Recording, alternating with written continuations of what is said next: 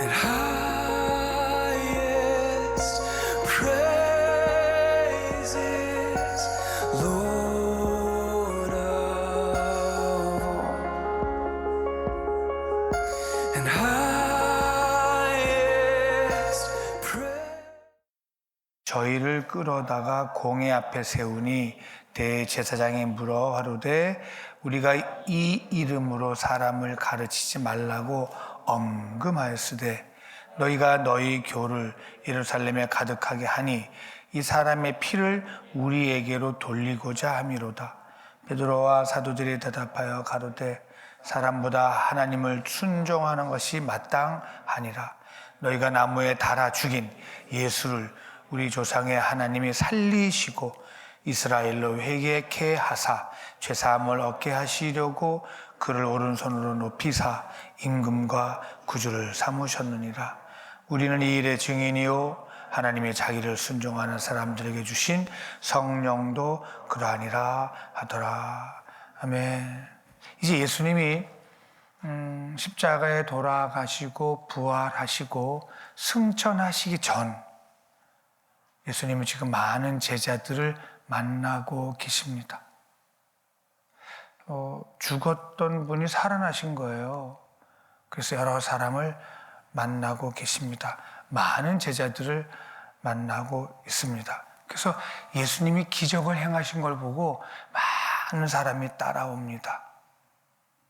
그런데 많은 사람이 따라오는 걸 보시고 예수님이 빌립을 향하여 빌립아, 저 많은 사람들을 어떻게 하면 좋겠냐? 저 사람들에게 어떻게 해서 떡을 사서 먹게 할 수 있겠냐라고 묻습니다. 요한복음 6장에 6절 같이 읽겠습니다. 이렇게 하심은 친히 어떻게 하실 것을 아시고 빌립을 뭐하고자? 시험코자. 자, 예수님은 빌립이 어떤 사람인지를 잘 압니다. 그리고 빌립을 불러서 저들이 지금 저렇게 2만여 명의 사람들이 꽉 찾아왔는데 어떻게 하면 좋겠냐? 빌립을 잘 아십니다. 7절 빌립의 대답입니다. 빌립이 대답하되 각 사람으로 조금씩 받게 할지라도 200데나리온의 떡이 부족하리이다. 뭐라 그러냐면 떡이 부족합니다 라고 얘기합니다. 어떻게 부족하냐면 200데나리온의 떡이 부족합니다 라고 얘기합니다.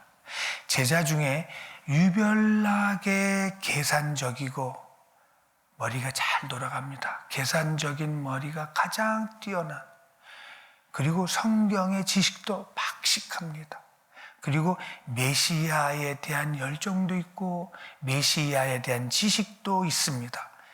이런 빌립을 뭐하고자, 시험하고자 예수님은 많은 사람을 앉게 하시고 그리고 빌립에게 묻습니다.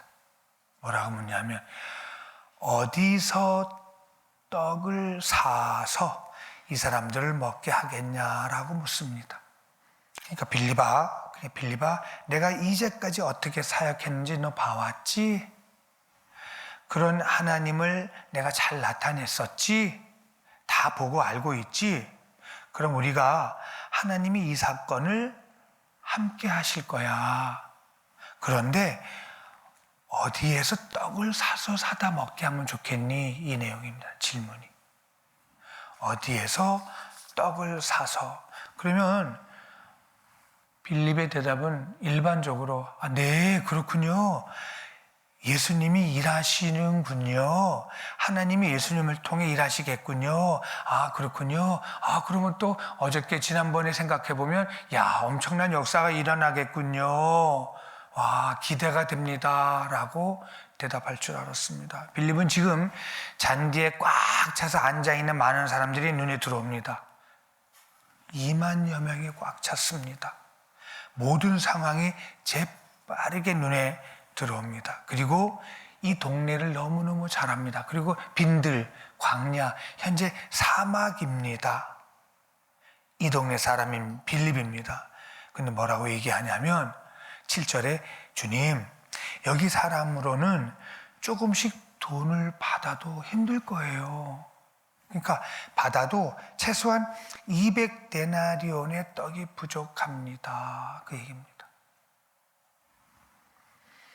지금 앉아있는 사람들은 장정, 남자만 5천 명이에요. 어린아이까지 하면 2만 명에 합하면 이들이 한눈에 확 들어오는 뛰어난 지각을 갖고 있는 사람이에요. 근데 이렇게 계산적이고 이해력이 뛰어나지만 신앙은 없는 거예요. 지난날의 예수님의 기적과 일하심은 전혀 마음에 없습니다.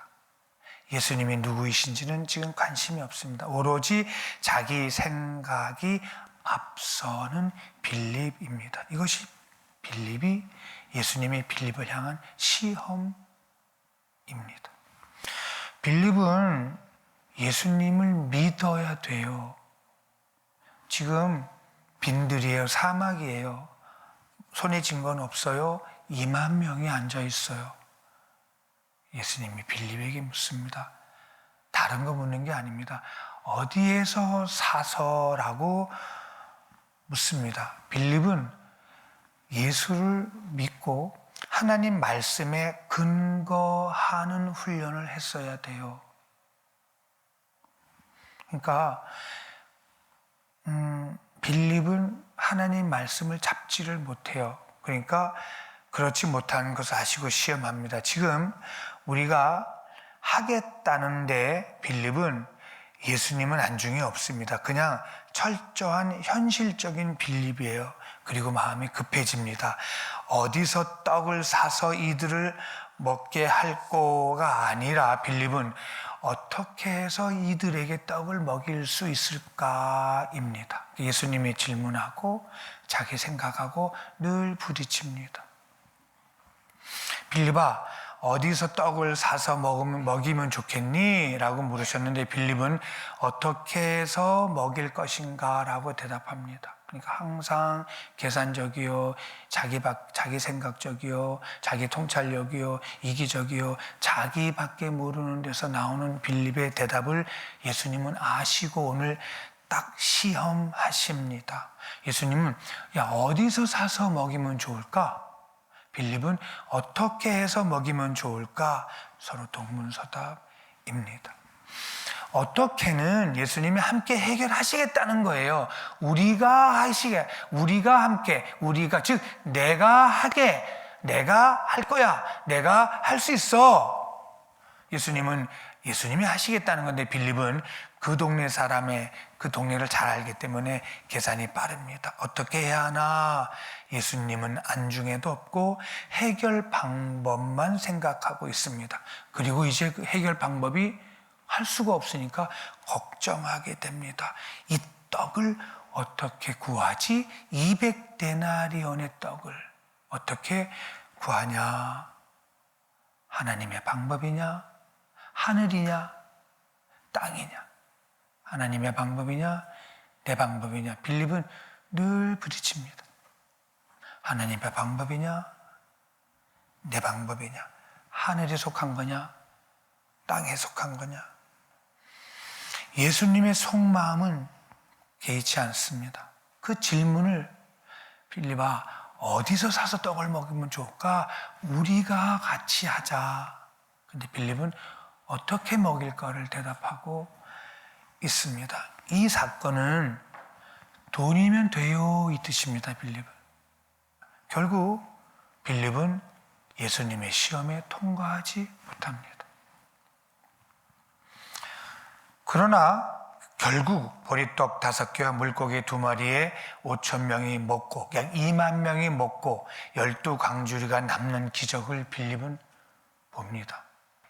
2만 명이 먹는 믿음이 아니라 예수님이 누구이신지, 내가 지금 따라다니는 저 선생님이 누구이신지에 대한, 우리가 믿는 하나님이 누구이신가에 대한 믿음입니다. 오늘 우리 아침에 우리가 돌아보길 바랍니다. 그 예수님이 누구이신가? 어디서 떡을 구하면 좋겠니? 우리가 같이 하자. 내가 할 거야. 빌립은 어떻게 하면 좋을까? 대답을 합니다. 항상 문제입니다. 이런 빌립에게 예수님은 머리떡 5개와 물고기 2마리로 5,000명을 먹이시고 12광주리가 남습니다. 이제 이런 빌립이 예수께서 요한복음 14장으로 같이 가보겠습니다. 이런 빌립과 제자들을 옆에 두고 요한복음 14장 1절부터는 예수께서 이제 떠나신다는 거예요. 내가 이제 하나님 나라로 간다는 거예요. 너희의 처소를 준비하러 가신다는 거예요. 마침 그때가 도마가 있는 거예요. 도마가 질문합니다. 뭐라고 질문하냐면 어디로 가신다는 거예요. 자꾸만 예수님 어디로 가신다는 거예요. 질문하는 도마에게 대답을 하십니다. 이제 빌립이 같이 듣고 근심합니다. 예수님이 뭐라고 대답하시냐면 내가 곧 길이요 진리요 생명이요 라고 대답하십니다. 그러면서 나를 말미암지 않고는 아버지께로 올 자가 없다 그러시는 거예요. 우리 요한복음 14장 7절 같이 보겠습니다. 너희가 나를 알았다면 내 아버지도 알았으리로다. 이제부터는 너희가 그를 알았고 또 보았느니라. 뭐라고 얘기하는 거예요? 내가 길이요 진리요 생명이요 나를 말미암지 않고는 아버지께로 갈 자가 없어. 내가 아버지께로 가게 해줄 자야. 나를 믿어야 돼 라고 얘기하시면서 뭐라고 하냐면 너희가 나를 알았다면 내 아버지도 알았을 거야. 엄청난 얘기입니다. 너희가 나를 알았으면 누구를 알아야 아버지를 알아요? 예수님을 알았다면 누구도 알았을 거라는 거예요. 하나님을 알았다라는 거예요. 이제부터는 너희가 그를 알았고 또 뭐 했다? 보았다라는 거예요. 빌립은 또 걱정합니다. 그럼 언제 나 빼고 또 다른 동료 제자들은 예수님을 보았는데 하나님을 다 보았다는 건가? 빌립은 고민합니다. 그러면서 8절에 빌립이 이런 얘기를 합니다. 빌립이 가로되 주여 아버지를 우리에게 보여주옵소서 그리하면 족하겠나이다. 저는 이 말씀을 지금 우리가 이 요한복음 사도행전을 쭉 하면서 하나님을 보는 게 아니구나. 하나님은 믿어지면 보이는 거구나. 보고 믿는 게 아니구나. 믿어지면 보여지는 거구나. 근데 9절에 뭐라고 얘기하시냐면 9절에 예수께서 가라사대 빌립아 내가 이렇게 오래 너희와 함께 있으되 내가 나를 알지 못하느냐. 나를 본 자는 아버지를 보았거늘 어찌하여 아버지를 보이라 하느냐. 나를 보았지? 그러면 아버지를 본 거야. 그러니까 네가 나를 봤으면 아버지를 본 거야. 참 정말 희한한 대답을 하시는 거예요. 내가 이렇게 오랫동안 나와 함께 있는데 나를 알지 못하느냐. 나를 본 자는 아버지를 보았단 말이야. 책망하는 투로 말씀하시는 거예요. 당시 유대인들은 그 당시에 하나님을 한 번만이라도 보고 싶어하는 사람이 엄청 많았어요. 아브라함도 그랬고요, 모세도 그랬고요, 이삭도 그랬고요, 엘리야도 그랬고요. 엄청난 많은 선지자들이 한 번만 하나님을 보면 좋겠다라고 그 당시 유대인들은 늘 소망하고 있었단 말이에요. 그런데 성령이 임하기 전에는 하나님을 보면 누구도 죽습니다. 하나님을 보면 우리는 나면서부터 죄인이기 때문에 하나님을 보면 다 죽습니다. 그래서 하나님은 늘 지금 누구를 통해서 우리를 보세요? 예수님을 통해서 우리를 보십니다. 늘 누구를 통해서 보세요? 성령님을 통해서 보십니다. 근데 빌립은 뭐라 그래요? 보여달라고 하는 거예요. 하나님 한 번만 보고 싶습니다. 한 번만 보여주세요 라고 얘기합니다. 예수님의 대답은 너희가 나를 봤으면 예수님을 봤으면 내 아버지도 알았고 내 아버지도 본 거야. 이게 믿음으로 레마로 여러분의 마음에 아멘이 되는지요? 쉽지 않습니다. 그래서 예수님은 하나님께로 가는 방법은 내가 길이고 내가 진리고 내가 생명이다. 이것이 하나님 아버지의 법칙이야. 하나님 나를 봐. 하나님 보여달라고? 하나님 만나고 싶다고? 하나님 알고 싶다고? 예수님이 길이야. 예수님이 진리야. 예수님이 생명이야.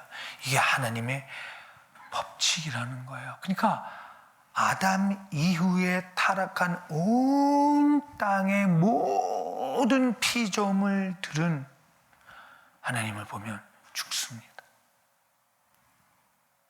그리고 하나님은 죽기 때문에 직접 나타나신 적이 없습니다. 성경을 쭉 보면 항상 말씀하시지 나타나시면 다 죽습니다. 은혜죠. 얼마나 나타나고 싶으시겠어요? 우리 안아주고 싶으시겠어요? 함께 놀고 싶으시겠어요? 동행하고 싶지 않으시겠어요? 하나님이. 근데 죽습니다. 우리는 죄인입니다. 우리 모습을 빨리 알아야 됩니다. 하나님은 나타날 수가 없습니다. 늘 숨어 계시고 감춰 계십니다. 직접 나타날 수가 없습니다. 아픔입니다, 사실. 그 또한 하나님의 배려이시고요. 그래서 구약에는 이렇게 하나님이 계속 뒤에 계셨고 숨어 계셨고 가리워 계십니다. 그러니까 하나님 보여달라는 거 그거 잘 몰라서 하는 얘기입니다. 하나님은 오늘 보여주셨습니다. 무엇으로? 바람으로, 무엇으로? 걷는 걸로, 무엇으로? 말하는 걸로. 그것을 일반 계시 그러잖아요. 하나님을 계시해 놓으신 거예요. 상황과 환경 속에. 요한복음 14장 또 같이 가보겠습니다. 이제 내가 아버지께 구하겠으니 그가 또 다른 보혜사를 너희에게 주사 영원토록 너희와 함께 있게 하리라. 또 다른 보혜사 성령님이세요. 20절 보겠습니다. 그날에 내가 아버지 안에 너희가 내 안에 내가 너희 안에 있는 것을 너희가 뭐하리라 알리라. 아멘. 이제 그 날에 성령이 오신 날에는 그날에는 내가 아버지 안에 너희가 내 안에 있는 것을 너희가 알리라. 아멘. 아멘. 이제 제자들은 모두 다 사도행전에 성령을 받게 됩니다. 모두가 다 성령을 받습니다. 그리고 이 말을 이룹니다. 20절에 그날에 내가 아버지 안에 너희가 내 안에 있는 것을 너희가 알리라. 그 성령이 우리 안에 제자들 안에 있게 되면서 제자들은 모두가 다 예수 그리스도의 증인이 됩니다. 무슨 증인이 되냐면 이제 오늘 읽으신 사도행전으로 가겠습니다. 대제사장과 그와 함께 있는 사람들 즉 사두개인의 당파가 다 마음에 시기가 가득하여 일어나서 사도들을 잡아다가 이제 12사도들이 성령을 받고 하나님 일을 하는데 무슨 일을 하냐면 사도들을 잡아다가 옥에 가둡니다. 이제 이 사도들을 잡아 옥에 가둡니다. 그 19절에 주의 사자가 밤에 옥문을 열고 끌어내어 가로되 20절에 가서 성전에 서서 이 생명의 말씀을 다 백성들에게 뭐하라? 말하라 하매 저희가 듣고 새벽에 성전에 들어가서 가르치더니 대제사장과 그와 함께 있는 사람들이 와서 공회와 이스라엘 족속의 원로들을 다 모으고 사람을 옥에 보내어 사도들을 잡아오라 하니 관속들이 가서 옥에 사도들을 보지 못하고 돌아와 말하여 가로되 우리가 보니 옥은 든든히 잠기고 지킨 사람들이 문에 섰으되 문을 열고 본즉 그 안에 한 사람도 없다이다 하니 성전 맡은 자와 제사장들이 이 말을 듣고 의혹하여 이 일이 어찌 될까 하더니 사람이 와서 고하되 보소서 옥에 가두었던 사람들이 성전에 서서 백성들을 가르치더이다. 26절 성전 맡은 자가 관속들과 같이 가서 저희를 잡아왔으나 강제로 못함은 백성들이 돌로 칠까 두려함이라. 저희를 끌어다가 공회 앞에 세우니 대제사장이 물어 이제 뭐라고 하냐면 가로되 우리가 이 이름으로 누구 이름이에요?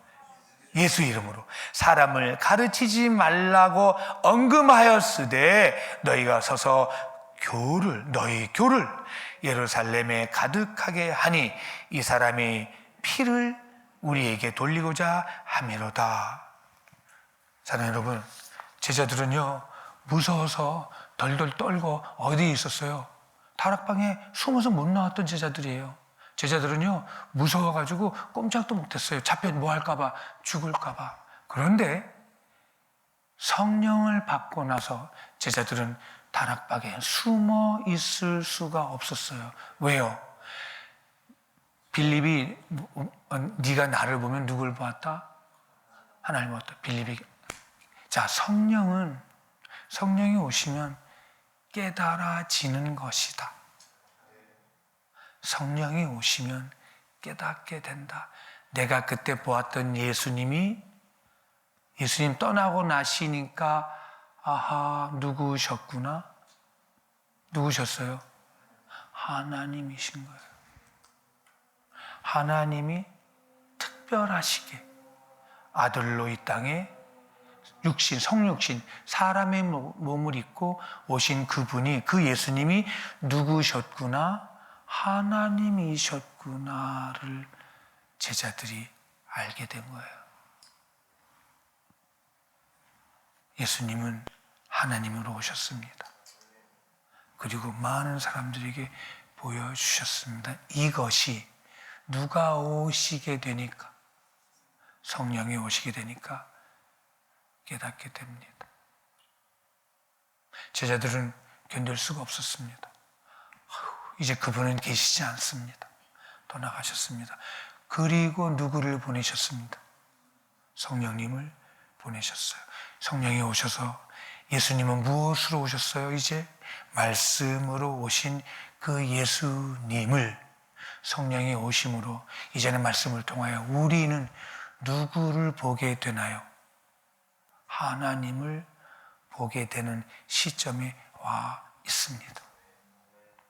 이 사실이 깨달아지니까 제자들이 다락방에 숨어 있을 수가 없었습니다. 누구를 봤던 거예요?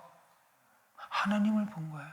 와, 이거 정말 감당할 수 없는 이 제자들의 고백입니다. 그러니까 이제는 잡아 죽이려고 달려와도 나 잡아 죽여도 괜찮다.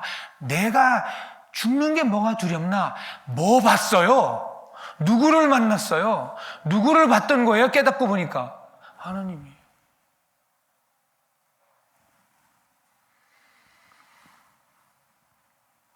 베드로와 제자들은 성령 받고 견딜 수가 없었습니다.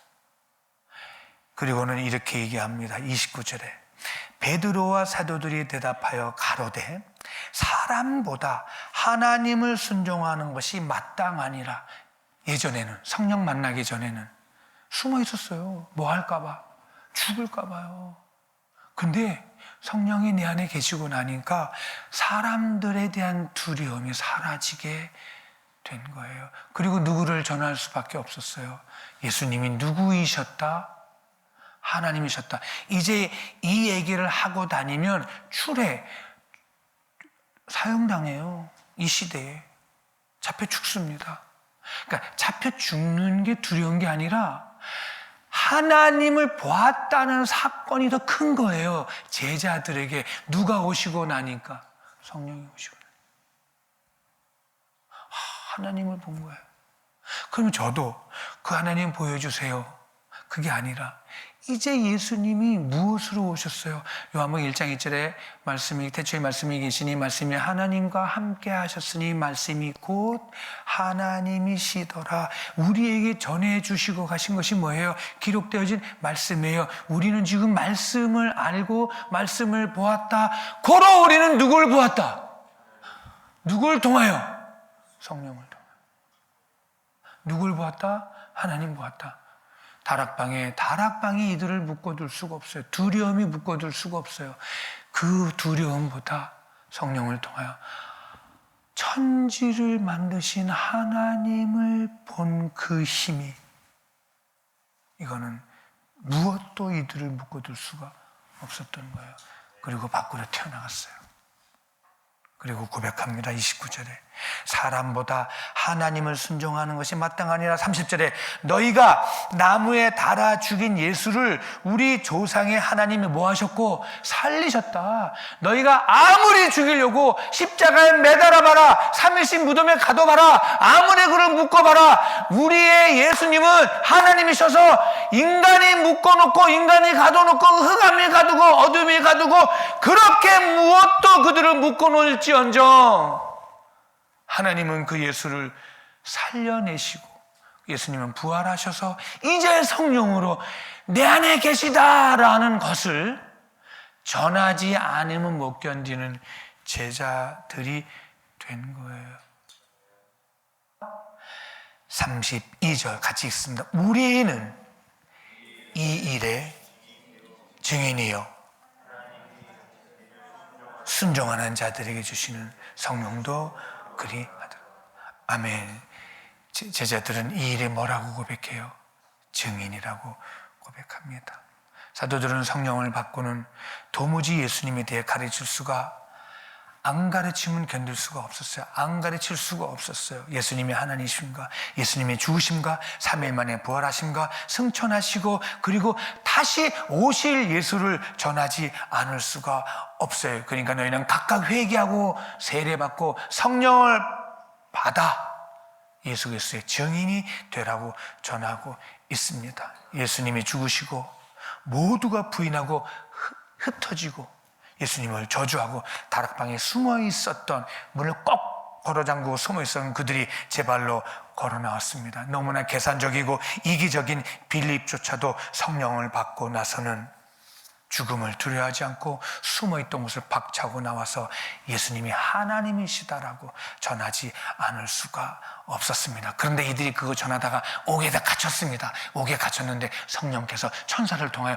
옥문을 열어주셨습니다. 열어주시니까 또 나가서 전했습니다. 그러니까 성령이 내 안에 계셔서 하나님을 본 자들은 전하지 않을 수가 없고 예수 그리스도의 증인이 되지 않을 수가 없었습니다. 다시 한번 얘기합니다. 예수가 하나님이심을 전하지 않을 수가 없었습니다. 아무리 감옥에 가둬도 아무리 묶어놔도 내 속에 계신 하나님은 예수 그리스도고 내 속에 계신 하나님은 죽었다가 살아나신 분이고 내 속에 계신 하나님은 지금 성령으로 우리 안에 계신 것을 증거하지 않을 수가 없었습니다. 이 예수는 지금 저와 여러분과 함께 계십니다. 죽음을 각오하고 사실 얼마나 힘들었습니까? 치욕스럽고 고통스러운 십자가였는데도 불구하고 제자들은 고백합니다. 여러분 회개하십시오. 그리고 세례받고 성령을 모시십시오. 성령 받으십시오. 그 일로 인하여 우리가 모두가 다 예수 그리스도의 증인이 되십시다.